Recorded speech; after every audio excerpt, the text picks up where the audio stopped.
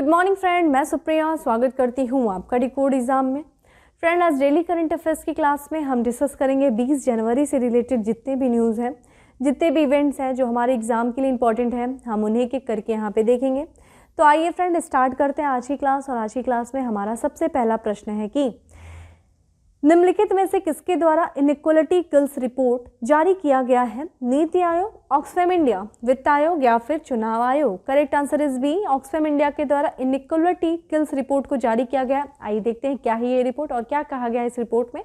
तो Oxfam India के द्वारा इनइक्वालिटी किल्स रिपोर्ट को जारी किया गया है और इस रिपोर्ट के अनुसार ये बताया गया है कि जो भारत के सबसे अमीर परिवार हैं उनकी संपत्ति वर्ष 2021 में अपनी रिकॉर्ड ऊंचाई पे पहुंच गई है। इसी के साथ साथ इस रिपोर्ट में बताया गया है जो 84% जो भारतीय परिवार हैं उनकी आय में इस पेंडेमिक के दौरान क्या हुआ है, गिरावट दर्ज किया गया है। और साथ ही साथ ये बताया गया है कि जो सबसे अमीर 98 परिवार की जो संपत्ति है वो उतनी है जितनी कि नीचे के 552 मिलियंस लोगों के पास है। ठीक है, तो ध्यान रखिएगा 98 जो भारतीय परिवार हैं, जो सबसे अमीर 98 भारतीय परिवार हैं, उनके पास उतनी ही संपत्ति जितना कि भारत के 552 मिलियंस लोगों के पास है। तो आपको यहाँ पे क्या दिख रहा है? सेंट्रलाइजेशन ऑफ द मनी, एक तरीके से संपत्ति का केंद्रीकरण, जो कि किसी भी देश की अर्थव्यवस्था के लिए अच्छा नहीं है। यहाँ हमें समाज में आर्थिक आधार पर एक बहुत बड़ी खाई देखने को मिल रही है कि यहाँ पे मात्र 1% लोगों के पास देश की संपत्ति का 99% है और 99% लोगों के पास देश की संपत्ति का 1% है। तो एक तरीके से विकास जो हो रहा है वो समान तरीके से विकास नहीं हो रहा है और किसी भी देश का विकास सही मायनों में तब होता है जब उस देश की पूरी जो जनसंख्या है उनका विकास जो है वो प्रॉपर तरीके से हो सकता है। ठीक है, इसी के साथ साथ इस रिपोर्ट में ये भी बताया गया है कि वर्ष 2021 के दौरान जो भारतीय अरबपतियों की संख्या कितनी हो गई, 102 से बढ़कर के 142 हो गई है।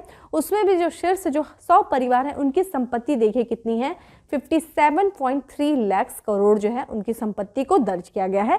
ठीक है, इस समय इन सब बातों के साथ इस रिपोर्ट में कुछ सुझाव भी दिए गए हैं कि किस तरीके से जो भारतीय अर्थव्यवस्था में, भारतीय समाज में जो संपत्ति के आधार पर जो असमानता विद्यमान है उसको किस तरीके से कम किया जाए। इस रिपोर्ट में एक उपाय ये दिया गया है कि जितने भी भारतीय आबादी के जो सबसे अमीर 10% लोग हैं उन पे सरकार के द्वारा ज़्यादा से ज़्यादा कर लगाया जाए और ये जो कर है उसको जो है कुछ विशेष क्षेत्रों यानी कि जैसे कि स्वास्थ्य देखभाल, शिक्षा और सामाजिक सुरक्षा के लिए जो योजनाएं सरकार के द्वारा चलाई जा रही उन योजनाओं में निवेश किया जाए जिससे कि इस असमानता को कम किया जा सके। ठीक है, और साथ ही साथ समाज के जो वंचित तबके हैं उनका भी विकास को सुनिश्चित किया जा सके। ठीक है, तो ये इस रिपोर्ट में कुछ बातें की गई हैं जो आपके लिए ना सिर्फ पीटी बल्कि आपके मेंस के लिए भी बहुत ज़्यादा ये इंपॉर्टेंट हो जाता है। आइए हम अगले प्रश्न पे पढ़ते हैं और हमारा अगला प्रश्न है कि निम्नलिखित में से किस विश्वविद्यालय द्वारा जई, गेहूं, चावल और नाइजर की नई किस्में विकसित की गई हैं? जवाहरलाल नेहरू कृषि विश्वविद्यालय, जेबी पंत कृषि विश्वविद्यालय, केंद्रीय कृषि विश्वविद्यालय मणिपुर या फिर आचार्य एनजी रंगा कृषि विश्वविद्यालय गुंटूर? करेक्ट आंसर इज ए, जवाहरलाल नेहरू विश्वविद्यालय के द्वारा जई, गेहूं, चावल और नाइजर की नई किस्में विकसित की गई। आइए देखते हैं क्या है ये किस्म। तो यहाँ पे जवाहरलाल नेहरू कृषि विश्वविद्यालय जो कि कहाँ है, जबलपुर मध्य प्रदेश में स्थित है। इनके इस विश्वविद्यालय के द्वारा जई, गेहूं की 2 किस्में, चावल की 1 किस्में और नाइजर की 3 किस्में जो है वो विकसित की गई। नाइजर जो फ्रेंड एक तिलहन फसल है, तिलहनी फसल है, जैसा कि आप जानते हैं काला तिल जो होता है उसी को हम नाइजर कहते हैं। ठीक है, और यहाँ पे जो जई की जो 2 किस्में विकसित की गई हैं वो देखिए किन किन राज्यों के लिए उपयुक्त है उत्पादन, किन किन राज्यों में इनका उत्पादन जो है हो सकता है, उपयुक्त है किन किन राज्यों के लिए। तो यहाँ पे देखा जाए जेओ OS 304 जो कि महाराष्ट्र, गुजरात, छत्तीसगढ़, मध्य प्रदेश और राजस्थान में इनके उत्पादन के लिए ये उपयुक्त है। वहीं देखा जाए जेओ 10-506 का उत्पादन देखिए उड़ीसा, बिहार, झारखंड, उत्तर प्रदेश के पूर्वोत्तर राज्य, असम और मणिपुर में किया जा सकता है। जो गेहूं की नई किस्म है जिसका नाम है MP 1323, MP 1358 और चावल का जो है JR 10 जो कि मध्य प्रदेश के विशेष क्षेत्रों में उनको उगाया जा सकता है। नाइजर जिसे हम नाम राम तिल के भी नाम से जानते हैं, इसकी जो 3 किस्में देखिए वो कौन कौन सी, JNS 521, JNS 2059 एंड JNS 2016 1115। ये देखा जाए किन किन क्षेत्रों के लिए उपयुक्त हैं, तो ये देखा जाए मध्य प्रदेश और छत्तीसगढ़ के जो सिंचित और गैर सिंचित दोनों ही क्षेत्रों के लिए ये जो है दोनों किस्में उपयुक्त हैं। कौन सी? जो आपकी नाइजर, जो तीनों फसलें। नई किस्में। तो एक तरीके से नई किस्मों की जो नई किस्में जो विकसित की गई हैं, इन किस्मों में उत्पादन क्षमता अधिक होगी और साथ ही साथ उनकी गुणवत्ता भी जो है वो पहले से काफ़ी बेहतर होगी। और सरकार का जो प्रयास है किसानों की आय को दुगनी करना, उसमें भी इनकी एक विशेष जो है भूमिका रहेगी। तो किसानों की आय को दुगनी करने में ये काफ़ी ज़्यादा जो है सहायक सिद्ध होंगे। तो अब आते हैं हम अपने अगले प्रश्न पे, और हमारा अगला प्रश्न है कि चीन और किस देश ने व्यापक रणनीतिक समझौते को लागू करना शुरू किया है? पाकिस्तान, अफगानिस्तान, ईरान या फिर Iraq? Correct answer is C, Iran और चीन ने जो है व्यापक रणनीतिक समझौते को लागू करना शुरू कर दिया है। तो यहाँ पे देखा जाए चीन और ईरान ने व्यापक रणनीतिक समझौते को जो लागू करना शुरू कर दिया है। और ये जो व्यापक रणनीतिक समझौता हुआ था वर्ष 2021 में हुआ था। तत्कालीन जो राष्ट्रपति थे ईरान के हसन रूहानी, उन्हीं के कार्यकाल में जो हुआ था। इस समय वर्तमान में कौन राष्ट्रपति हैं? इब्राहिम, ठीक है, इब्राहिम रईसी जो हैं इस समय वर्तमान में ईरान के राष्ट्रपति हैं। और तत्कालीन राष्ट्रपति मार्च 2021 में जो थे, जिनका नाम था हसन रूहानी, उन्हीं के कार्यकाल में दोनों देशों के बीच एक रणनीतिक समझौता हुआ था। और इस समझौते के तहत देखिए किन किन क्षेत्रों पर बल दिया गया था। तो आर्थिक, सैन्य और सुरक्षा सहयोग पर बल दिया गया था। उस समय दोनों देशों में जो है, दोनों देशों ने 27 मार्च 2021 को जब ये समझौता हुआ था, तो उस समय तत्कालीन जो ईरान के विदेश मंत्री थे, जिनका नाम है जवाद जरीफ, और जो उस समय वांग यानी कि चीन के जो विदेश मंत्री, उनके बीच में जो है $400 बिलियन का ये समझौते पर हस्ताक्षर किया गया था। और बैठक के दौरान कुछ अन्य क्षेत्रों में भी दोनों देश हैं एक दूसरे को सहयोग और बढ़ावा देने पर सहमति व्यक्त किए थे। वो अन्य क्षेत्र कौन कौन से हैं? ऊर्जा उत्पादन क्षमता, बुनियादी ढांचा, विज्ञान प्रौद्योगिकी, चिकित्सा और स्वास्थ्य देखभाल, इन सब क्षेत्रों में सहयोग पर बढ़ाने पर भी सहमति व्यक्त की गई थी। ठीक है, ईरान के बारे में बात करें तो आइए थोड़ा ईरान का हम मैप देख लेते हैं। ये है देखिए आपके सामने ईरान का मैप। ईरान जो कि मध्य पूर्व में एक देश है, ठीक है, मिडिल ईस्ट का एक कंट्री है। और इसकी राजधानी क्या है? तेहरान है। और ईरान की करेंसी आपसे पूछी जाए तो कौन सी है? ईरानियन रियाल जो है वो यहाँ की करेंसी। और जैसा कि अभी राष्ट्रपति के बारे में हमने बताया कि इब्राहिम रईसी जो कि वर्तमान में राष्ट्रपति हैं। ईरान की अगर हम लोकेशन देखें कि ये किन किन देशों से अपनी सीमा को साझा कर रहा है, तो देखिए उत्तर पूर्व में ये कर रहा है तुर्कमेनिस्तान से, पूर्व में अफगानिस्तान और पाकिस्तान से। वहीं अगर हम उत्तर में देखें तो ये कैस्पियन सागर से जो है अपनी सीमा को साझा कर रहा है। कैस्पियन सागर जो कि विश्व की खारे पानी की सबसे बड़ी झील है, ठीक है। और यहाँ पे अगर हम उत्तर पश्चिम की तरफ बढ़ते चलें तो देखा जाए अजरबैजान, ठीक है, अर्मानिया, फिर टर्की, फिर इराक, ठीक है, पश्चिम में इराक से। और वहीं पे देखा जाए दक्षिण पश्चिम में देखा जाए तो ये पर्शियन गल्फ से जो है अपनी सीमा को साझा करता है। और यहाँ पे गल्फ ऑफ ओमान है, ठीक है। और इन दोनों गल्फ के बीच में एक स्ट्रेट है, देखिए हमने ऑलरेडी आप लोगों से पूछा था, गल्फ ऑफ हार्मूज, ठीक है। हार्मूज जो है वो एक स्ट्रेट है जो कि स्ट्रेट ऑफ हार्मूज, माफ करिएगा, स्ट्रेट ऑफ हार्मूज जो कि किन देशों के बीच में है? ये गल्फ पर्शियन गल्फ को गल्फ ऑफ ओमान से जोड़ता है। और किन देशों को अलग करता है? तो यहाँ पे ईरान को ओमान से, ठीक है। यहाँ पे जो सीमा है किन किन देशों की? यहाँ पे ओमान है, यहाँ पे यूएई है यानी कि यूनाइटेड अरब अमीरात है। और यहाँ पे इसके पीक पे आप देखेंगे ना तो ये है जो है क्षेत्र है वो ओमान का है। तो स्ट्रेट ऑफ हार्मूज जो है ईरान और ओमान के बीच में है, ठीक है, जो कि ईरान से भी अपने, और यहाँ पे ईरान भी जो गल्फ ऑफ पर्शियन गल्फ है वो ईरान से अपनी सीमा को साझा करता है, ठीक है। तो ये था कुछ लोकेशन, आपको इंपॉर्टेंट ये सब पूछ सकता है जब भी कोई कंट्रीज जो है चर्चा में रहती है तो उसकी लोकेशन जरूर पूछता है। वहीं पे आपसे एक मेरा प्रश्न ये है कि आप बताइए चाहबार बंदरगाह जो बहुत चर्चा में रहा था, चाहबार बंदरगाह जो है वो किस देश में स्थित है, ठीक है। चलिए अब आगे बढ़ते हैं, आप चाहबार बंदरगाह के बारे में मुझे जरूर बताएं किस देश में स्थित है। अगला प्रश्न है हमारा कि हाल ही में किस अफ्रीकी देश ने मेड इन अफ्रीका उपग्रह लॉन्च किया है? केन्या, दक्षिण अफ्रीका, मिस्र या फिर Zimbabwe? Correct answer is B, दक्षिण अफ्रीका ने मेड इन अफ्रीका, माफ करिएगा, मेड इन अफ्रीका उपग्रह को लॉन्च किया है। आइए देखते हैं क्या है। तो दक्षिण अफ्रीका ने पूरी तरीके से अफ्रीकी महाद्वीप में विकसित किया गया अपना पहला जो है उपग्रह तारामंडल को लॉन्च किया है। और ये देखा जाए अमेरिकी स्पेस एजेंसी जो है, अमेरिकी स्पेस कंपनी स्पेस एक्स के ट्रांसपोर्टर मिशन 2 के हिस्से के रूप में इसको किया गया है, जिसमें से 3 स्थानीय रूप से उत्पादित नैनो सैटेलाइट्स जो देश के पहले समुद्री डोमेन जागरूकता उपग्रह यानी कि मैरीटाइम डोमेन अवेयरनेस सैटेलाइट नक्षत्र को बनाते हैं। और संयुक्त राज्य अमेरिका के कैनोवेरल में इसे लॉन्च किया गया, ठीक है। तो दक्षिण अफ्रीका ने किया है मेड इन अफ्रीका उपग्रह को लॉन्च किया है, ठीक है। तारामंडल को, उपग्रह तारामंडल को लॉन्च किया। चूंकि अफ्रीका की बात करें तो आपके सामने अफ्रीका का ये मैप खुला हुआ है, ठीक है। अफ्रीका जो कि अफ्रीकी महाद्वीप का सबसे दक्षिण में जो है अफ्रीका स्थित है, जैसा कि आप यहाँ पे देख रहे हैं। अफ्रीका के देखिए 3 राजधानी, एक कार्यपालिका, एक न्यायिक और एक विधायिक, ठीक है। यहाँ पे जो कार्यपालिक जो राजधानी है जो कि कौन सी है, प्रिटोरिया, ठीक है। यहाँ पे हमें प्रिटोरिया दिख रही है, इसकी एक राजधानी, 3 राजधानी। और आपसे पूछा भी है, मैच द फॉलोइंग तक आया था, ठीक है। फिर दूसरी हमें कौन सी देखने को मिल रही, ये देखने को मिल रही जिसका नाम है ब्लूमफॉन्टेन, ठीक है। ब्लूमफॉन्टेन भी इसकी राजधानी जो कि न्यायिक राजधानी है, ठीक है। और वहीं विधायी राजधानी आपसे पूछे तो कौन सा है आपका, केपटाउन है, ठीक है। अगर हम देखेंगे कौन कौन से देशों से ये अपनी सीमा को साझा कर रहा है, तो यहाँ पे हमें देखने को मिल रहा है कि देखिए नामीबिया से, ठीक है, नामीबिया से अपनी सीमा को साझा कर रहा है, बोत्सवाना से सीमा को, जिम्बाब्वे से, ठीक है, मोजाम्बिक से अपनी सीमा को साझा कर रहा है। और यहाँ से देखिए बीचों बीच से कौन सी रेखा गुजर रही है, ट्रॉपिक ऑफ कैप्रिकॉर्न, ठीक है। मकर रेखा जो है ये हमें इसके बीचों बीच से गुजर रही है। और मकर रेखा को कौन सी नदी जो है 2 बार काट रही है, तो देखा जाए लिम्पोपो रिवर, ठीक है। ध्यान रखिएगा, ये भी प्रश्न आपसे पूछा है, लिम्पोपो रिवर जो है वो 2 बार जो है मकर रेखा को काट रही है। अच्छा बताइए कर्क रेखा को कौन सी नदी जो है वो 2 बार काटती है, कर्क रेखा को, ठीक है। हिंट करती हूँ, भारत में ही है वो नदी। तो वो लिम्पोपो रिवर जो कि दक्षिण अफ्रीका में है, दक्षिण अफ्रीका के जो है देशों से ये गुजर रही, अफ्रीका देशों से, ये देखा जाए तो मकर रेखा को 2 बार काट रही है, ठीक है।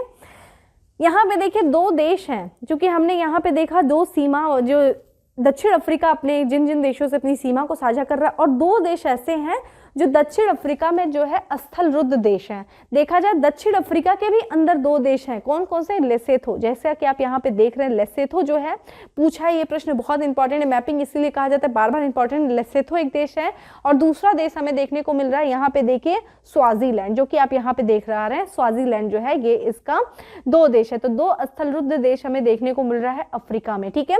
यहाँ पे हमें देखिए कालाहारी डेजर्ट भी देखने को मिल रहा है अफ्रीका, दक्षिण अफ्रीका में कालाहारी डेजर्ट है जो कि 3 देशों में विस्तृत है। कौन कौन से देश है, नामीबिया है, बोत्सवाना है और दक्षिण अफ्रीका में विस्तृत है, ठीक है। यहाँ पे हमें देखा जाए, देखिए दक्षिण अफ्रीका में मुख्य रूप से 2 पर्वत जो है बहुत इंपॉर्टेंट है, और 2 पर्वत जो स्थित है, एक तो हमें यहाँ पे देखने को मिल रहा है ड्रैकन्सबर्ग, ठीक है। और आप बताइए मुझे दूसरा पर्वत कौन सा है। अच्छा चलिए मैं आपको हिंट भी कर देते हैं, एटलस पर्वत। आप बताइए एटलस पर्वत जो है वो उसका विस्तार किन देशों में, अफ्रीका में है। तो अफ्रीका के 2 पर्वत हैं, जो कि 2 पर्वत काफी महत्वपूर्ण है। यहाँ पे हमें ड्रैकन्सबर्ग देखने को मिल रहा है, जो कि कहाँ पे, दक्षिण अफ्रीका में। वहीं हमें दूसरा जो पर्वत है जिसका विस्तार देखिए 3 देशों में है, वो आप मुझे बताइए किन किन देशों में है एटलस पर्वत का विस्तार, ठीक है। तो ये था आपका बहुत इंपॉर्टेंट है, ध्यान रखिएगा ये सारा, ठीक है। ऑरेंज रिवर भी आप देख रहे हैं यहाँ पे अफ्रीका में ही है, ठीक है। और यहाँ पे देखा जाए काफ़ी इंपॉर्टेंट हो जाता है, क्या यहाँ देखिए कैप ऑफ गुड होप, ये सब बहुत इंपॉर्टेंट, अफ्रीका के मैप अपने आप में काफ़ी ज़्यादा इंपॉर्टेंट है, ठीक है। तो ये था हमारा दक्षिण अफ्रीका का मैप। और आपसे पूछा जाए दक्षिण अफ्रीका की मुद्रा क्या है, करेंसी क्या है, तो रैंड जो है इसकी करेंसी है, ठीक है। अब आते हैं हम अपने अगले प्रश्न पे, और हमारा अगला प्रश्न है कि निम्नलिखित में से किस राज्य ने नेशनल स्टार्टअप अवार्ड 2021 के तहत सर्वाधिक पुरस्कार प्राप्त किया है। Tamil Nadu, Gujarat, Kerala, Karnataka. Correct answer is D है, ठीक है। कर्नाटक ने जो है सर्वाधिक पुरस्कार प्राप्त किया है नेशनल स्टार्टअप अवार्ड 2021 के तहत। तो देखा जाए नेशनल स्टार्टअप अवार्ड का ये दूसरा संस्करण था, जिसको परिकल्पित किया गया है, किसके द्वारा किया गया है, उद्योग और आंतरिक व्यापार संवर्धन विभाग के द्वारा जो है इसको परिकल्पित किया गया है इस पुरस्कार समारोह को, जो कि दूसरा संस्करण था नेशनल स्टार्टअप अवार्ड 2021 का।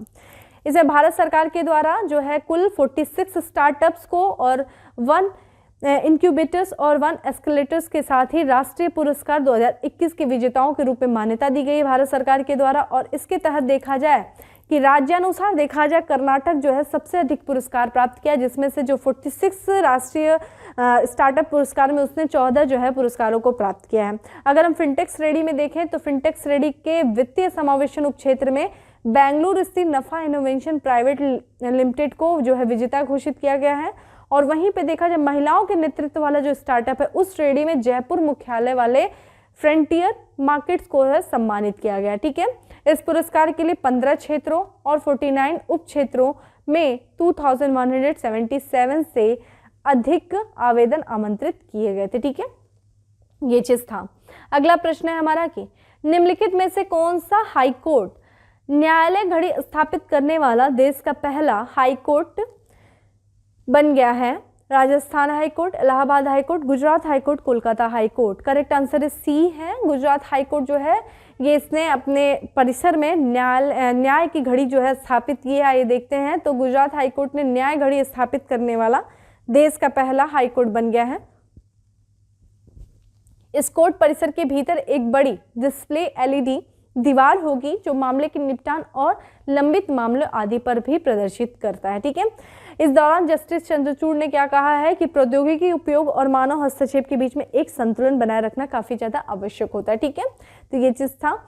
अगला बढ़ते हैं हमारा की, तो ध्यान रखिएगा जो न्याय की घंटी, ठीक है, कहाँ पे, किस हाई कोर्ट में? गुजरात हाई कोर्ट पहला देश का हाई कोर्ट है जहाँ पे न्याय की घंटी स्थापित की गई है। नेक्स्ट है, किस टाइगर रिजर्व ने सुपरमॉम और कॉलर वाली नाम से मशहूर 17 साल की बाघिनी का निधन हो गया है? तो यहाँ पे देखा जाए जो निधन हुआ है किसका? पेंच टाइगर रिजर्व में हुआ है, मानस टाइगर रिजर्व में हुआ है, इंद्रावती टाइगर रिजर्व में, या फिर सरिस्का टाइगर रिजर्व में हुआ है? Correct answer is A, Pench tiger reserve में सुपरमॉम और कॉलर वाली नाम से मशहूर जो बाघिनी थी उसके 17 साल की उम्र में निधन हो गया। जैसा कि आप यहाँ पे तस्वीर देख रहे हैं, इनको सुपरमॉम कहा जाता था। आइए देखते हैं क्या है। तो ये पेंच टाइगर रिजर्व जो कि कहाँ पे स्थित है? मध्य प्रदेश में स्थित है। और यहाँ पे सुपरमॉम और कॉलर वाली नाम से मशहूर बाघिनी की मौत हो गई है। और इसने अपने जीवन में 17 साल की उम्र में देखा जाए तो 29 शावकों को इसने जन्म दिया था, जिसके कारण इसे 17 साल के इस बाघिनी को सुपर मॉम कहा जाता था। इसको अन्य नाम से भी जाना जाता था, T15 के नाम से जाना जाता था। इसका जन्म देखिए 2005 में हुआ था। ठीक है, यहाँ पे देखिए कुछ अन्य भी टाइगर रिजर्व है, हमें जान लेना चाहिए कि ये टाइगर रिजर्व कहाँ कहाँ पे। मानस टाइगर रिजर्व कहाँ पे? असम में है। ठीक है, नाम जानते होंगे। इंद्रावती टाइगर रिजर्व आपसे पूछा जाए तो कहाँ पे? छत्तीसगढ़ टाइगर रिजर्व जो है वो आपका देखेंगे तो ये आपका स्थित है छत्तीसगढ़ में, Indravati tiger reserve. Sariska tiger reserve की बात करें तो कौन सा हो जाएगा? सरिस्का टाइगर रिजर्व राजस्थान में है। ठीक है, वर्तमान में कितने टाइगर रिजर्व है दोस्तों? 53 टाइगर रिजर्व है। हाल फिलहाल में छत्तीसगढ़ का कौन सा टाइगर रिजर्व बना है? गुरु घासीदास जो है 53वां टाइगर रिजर्व बनाया गया, जो कि कहाँ पे? छत्तीसगढ़ में। ठीक है, अगला हमारा प्रश्न बनता है, केंद्र सरकार ने 1 अक्टूबर 2022 से कितने एयर बैग अनिवार्य करने की सिफारिश की है? तो ये जो वाहन होंगे उसमें कितने एयर बैग? 4, 8, 6 या फिर 10? करेक्ट आंसर इस सी है। ठीक है, यानी कि 6। तो केंद्रीय सड़क परिवहन और राजमार्ग मंत्री नितिन गडकरी ने ऐलान करते हुए कहा कि केंद्र सरकार जो कार विनिर्माताओं कंपनियों के लिए 8 यात्रियों को ले जाने वाले जो वाहन है उनमें कम से कम कितने एयरबैग होने चाहिए? 6 एयरबैग उपलब्ध कराना अनिवार्य कर दिया गया है। ठीक है, और ये एयरबैग जो मध्यम रेंज की, जो मीडियम रेंज की भी जो कारें होंगी उनमें भी लगाया जाएगा। और इसका मकसद क्या है? यात्रियों की सुरक्षा को बढ़ावा देना। जैसा कि आप यहाँ पे कार देख रहे हैं, यहाँ पे देखिए एक ड्राइविंग सीट पे तो एक एयरबैग होता ही था, साथ में जो उसके बगल में जो बैठते उनके लिए तो था ही, लेकिन अभी देखा जाए ये दोनों, इस साइड भी 2 और इधर इस साइड, इस डोर साइड भी 2, यानी कि 2, 2, 4 है और ये 2, 6 जो है एयरबैग लगाना जो है अनिवार्य कर दिया गया है। इससे पहले जो है 1 जुलाई 2019 को नोटिफिकेशन जारी किया गया था कि 1 जनवरी 2022 से ड्राइवर और फ्रंट को पैसेंजर के लिए एयरबैग अनिवार्य किया था, लेकिन अब जो है सरकार के द्वारा जो है क्या किया जाएगा कि 1 अक्टूबर 2022 से 6 एयरबैग लगाना जो है वो अनिवार्य कर दिया गया है। ठीक है, आगे बढ़ते हैं और नेक्स्ट प्रश्न पे चलते हैं। नेक्स्ट है हमारा कि हाल ही में किस मंत्रालय द्वारा ओपन डेटा वीक को आरंभ करने की घोषणा की गई थी? गृह मंत्रालय, स्वास्थ्य मंत्रालय, वित्त मंत्रालय या फिर आवासन और शहरी कार्य मंत्रालय? करेक्ट आंसर इज डी, आवासन और शहरी कार्य मंत्रालय के द्वारा ओपन डेटा वीक आरंभ करने की घोषणा की गई है। तो यहाँ पे देश भर के शहरी इकोसिस्टम में मुक्त आंकड़ों को अपनाने तथा नवोन्मेष को प्रोत्साहन देने के लिए आवासन और शहरी मंत्रालय ने ओपन डेटा वीक, जिसे हम मुक्त सूचना सामग्री सप्ताह के नाम से जानते हैं, को आरंभ करने की घोषणा की गई है। वहीं पे अगर हम देखें तो इसमें क्या किया गया कि उल्लेखनीय कि इस क्रम में आज़ादी के Amrit Mahotsav, smart cities, smart urbanisation संगोष्ठी के आयोजन सूरत में फरवरी 2021 में होगा। ठीक है, ओपन डेटा वीक उन कार्यक्रम पूर्व गतिविधियों का अंग है जिसे आवासन और शहरी कार्य मंत्रालय ने शुरू किया है ताकि मुक्त आंकड़ों के प्रति जागरूकता और उनका इस्तेमाल को प्रोत्साहन किया जा सके। ठीक है, इस आयोजन जो है कब तक किया जाएगा, ये 17 जनवरी से शुरू हो चुका है, जो कि 21 जनवरी तक जो होगा। ठीक है, तो ध्यान रखिएगा। ओपन डाटा वीक जो है आरंभ किया गया किस मंत्रालय के द्वारा, आवासन और शहरी मंत्रालय के द्वारा जो है वो शुरू किया गया, आवासन शहरी कार्य मंत्रालय के द्वारा। अंतिम और आखिरी हमारा एमसीक्यू है कि निम्नलिखित में से किस राज्य या केंद्र शासित प्रदेश में पहली डीटीसी इलेक्ट्रिक बस शुरू की गई है? Delhi, Uttar Pradesh, Sikkim, Puducherry. Correct answer is A. ठीक है, दिल्ली केंद्र शासित प्रदेश के द्वारा पहली डीटीसी इलेक्ट्रिक बस की शुरुआत की गई। ये देखिए, आप यहाँ पे देख सकते हैं। तो दिल्ली के जो मुख्यमंत्री जिनका नाम है अरविंद केजरीवाल ने दिल्ली परिवहन निगम की पहली इलेक्ट्रिक बस को हरी झंडी दिखाई है। और ये बस जो है कितने किलोमीटर के रूट को तय करेगी? तो 27 किलोमीटर के रूट को तय करेगी। इस बस का निर्माण किया गया है जेबीएम ऑटो लिमिटेड के द्वारा जो है इसका निर्माण किया गया है। और ये बस देखा जाए इलेक्ट्रिक बस फ्लोर बसें हैं। ठीक है, इस बसों को किन के तहत जो है अधिकृत किया गया था? तो faster adoption and manufacturing of hybrid and electric vehicles of India, यानी कि फेम सेकंड के द्वारा जो है इसको अधिकृत किया गया था। फेम की अगर बात करें दोस्तों तो ये एक योजना थी जिसको इलेक्ट्रॉनिक व्हीकल्स को प्रोत्साहन देने के लिए सरकार के द्वारा इस योजना की शुरुआत की गई थी वर्ष 2015 में। चूंकि आप यहाँ पे चरण 2 देख रहे हैं तो इसकी 2 चरणों में शुरुआत अभी देखने को मिल रही है, जिसमें से पहला चरण जो शुरू किया गया था वर्ष 2015 में किया गया था और जिसका जो अंत होता है कब तक होता है? 31 मार्च 2019 में ये खत्म हो गया था। ठीक है, दूसरे चरण की शुरुआत की गई थी 1 अप्रैल। ठीक है, 1 अप्रैल 2019 को शुरू किया गया था, जिसका जो है टाइम पीरियड खत्म होने वाला था इसी वर्ष, यानी कि 31 मार्च 2022 को ये खत्म होने वाला था। लेकिन अभी हाल फिलहाल में सरकार के द्वारा जो है इसके समय को बढ़ा दिया गया है, जो कि कब तक कर दिया गया है? तो फेम सेकंड के समय को बढ़ा करके 31 मार्च 2024 कर दिया गया। ध्यान रखिएगा, बहुत इंपॉर्टेंट है। और इस योजना यानी कि फेम योजना के तहत जितने भी 2 व्हीकल्स हो गए, 3 व्हीकल्स यानी कि 2 पहिए जो वाहन होते हैं, 3 पहिए जो वाहन होते हैं, इलेक्ट्रिक और हाइब्रिड जो कारें होती हैं और इलेक्ट्रॉनिक बसें होती हैं, इन बसों को, इन जैसे वाहनों को खरीदने पे सरकार के द्वारा जो है सब्सिडी का प्रावधान किया गया है, जिससे कि ज़्यादा से ज़्यादा लोग इस सब जो है वाहनों को खरीदें। उनको प्रोत्साहन देने के लिए सरकार के द्वारा सब्सिडी का प्रावधान किया जाएगा फेम। ठीक है, फेम स्कीम के बारे में प्रश्न ऑलरेडी एग्जाम में आ चुका है, इसलिए बहुत इंपॉर्टेंट हो जाता है। ठीक है, तो ये था हमारा आज का 10 MCQ। अब आते हैं हम अपने फैक्ट्स ऑफ द डे में।